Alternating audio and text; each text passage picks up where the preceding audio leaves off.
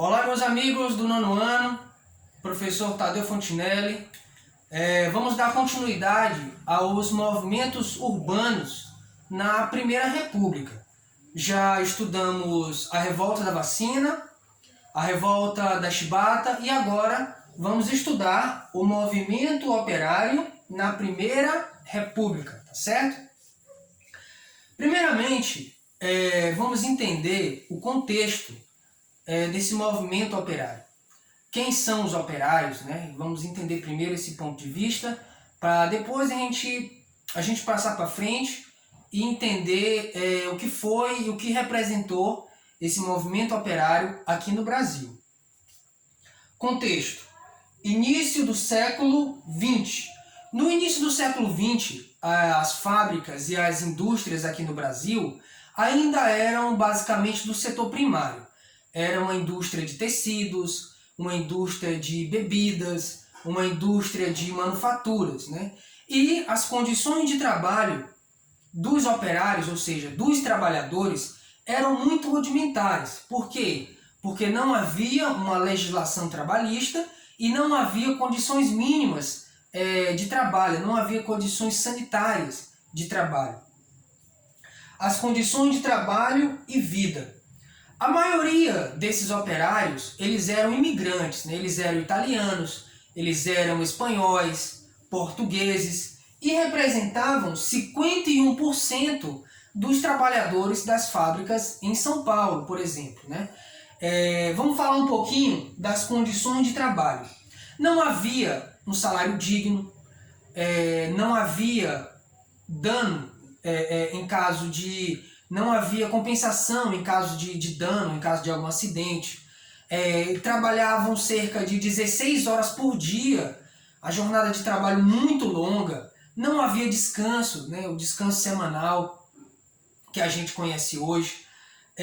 Também a gente tem uma grande exploração do trabalho feminino, uma grande exploração do trabalho infantil. Então, a indústria recente no Brasil não havia nenhuma segurança. Não havia nenhum amparato judicial. Isso levou os trabalhadores a se organizar e lutar pelos seus direitos. Também uma questão que incomodava bastante os operários daquela época era a questão salarial. Os salários eram muito baixos, os salários não davam nem para comprar sequer a cesta básica. Tinham que pagar aluguel e também pagar a alimentação e o custeio da família.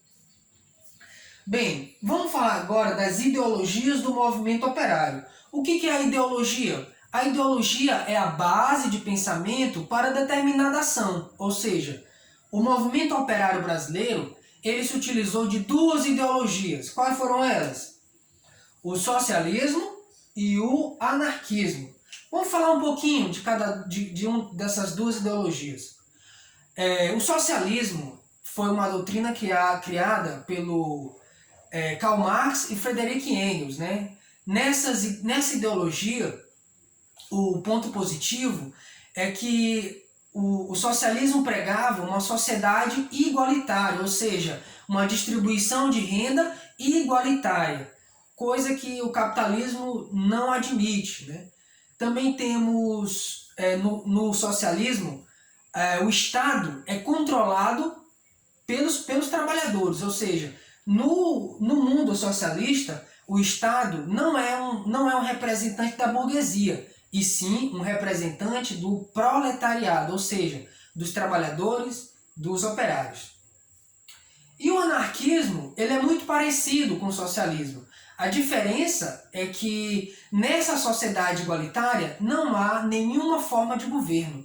Os trabalhadores eles se autogovernam, ou seja, o governo é uma forma de opressão. Então, se no socialismo existe uma forma de governo controlada pelos trabalhadores, no anarquismo não existe nenhuma forma de governo.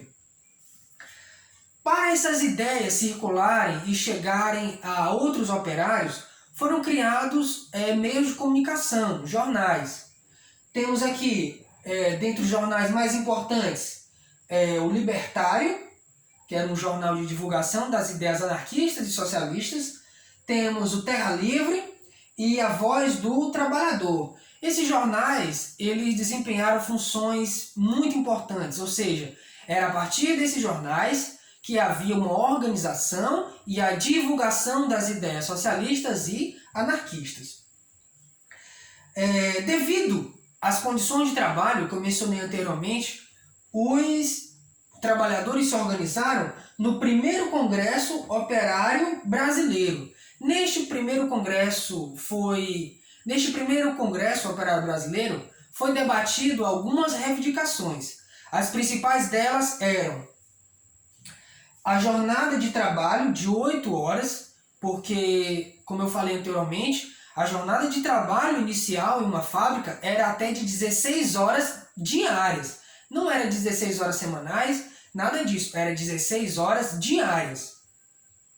E também a regulamentação do trabalho feminino, ou seja, as mulheres ganhavam menos e trabalhavam mais. Também havia a questão do trabalho infantil, né? A questão da exploração infantil, que o Estado nem sequer cogitava intervir nessa questão da economia. Bem, devido a esse primeiro congresso, a essa primeira forma de organização, houve uma reação do governo, né? O governo ele se viu incomodado diante desse congresso, diante da organização do trabalhador e reagiu. Ele reagiu como? Como a gente viu, repressão e prisões, né? Alguns líderes, alguns donos de fábricas, alguns donos de indústrias cederam a essas reivindicações. Porém, com o tempo, os líderes foram perseguidos e presos, né? Mostrando que as autoridades, mostrando que os patrões não toleravam qualquer forma de organização e reivindicação. Também o governo criou a Lei Adolfo Gordo, de 1907. O que dizia essa lei aqui? Diziam que os imigrantes, os estrangeiros que se envolvessem em organizações, em reivindicações, seriam extraditados. Ou seja, caso um imigrante entrasse em algum movimento operário, ele seria demitido e também extraditado. Ele seria deportado para o seu país. Isso serviu de quê? Colocar medo nos imigrantes e fazer com que eles não aderissem à causa operária. Vamos falar agora da Greve Geral de 1917. Em 1917, a Rússia ela mostrou ao mundo que é possível um movimento revolucionário socialista. E esse movimento socialista ele se espalhou pelo mundo em várias formas de reivindicações. No Brasil, ela teve a sua maior representação na Greve Geral de 1917.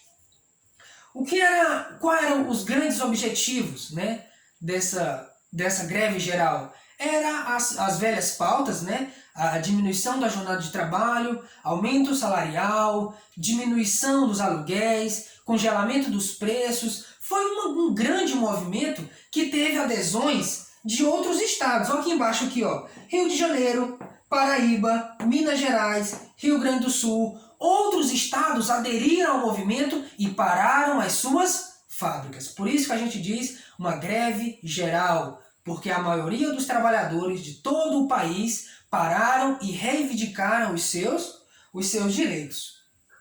Como a gente viu, como não havia uma legislação, havia apenas um acordo entre os patrões e os empregados. Na greve geral de 1917, alguns patrões cederam às exigências, outros não, né? Houve confronto nessa greve, né? Os patrões acionaram a polícia devido aos motins e houve confronto, houve bala, tiroteio e alguns manifestantes foram mortos. Com o passar do tempo, a organização trabalhista continuou e deu origem ao Partido Comunista do Brasil, que nasceu em 1922. O Partido Comunista do Brasil, eles eram favoráveis às eleições, eles tinham o objetivo de chegar ao poder de forma legal, ou seja, através dos seus representantes. Com o tempo, né, esse partido também foi cassado devido ao crescente medo do comunismo, e até hoje, né, como a gente vê aí nas eleições atuais, O comunismo ainda representa um grande medo ao mundo capitalista, mas a gente viu que é possível conviver, é possível mesclar as ideologias e ter uma melhor distribuição de renda. A gente tem bem aqui do nosso lado, no nosso estado, o governador do Maranhão, Flávio Dino, que ele mescla, né? Ele mescla práticas socialistas com o mundo capitalista muito sabiamente. Então a gente vê que é possível, sim. Valeu, galera. Até a próxima. É isso aí.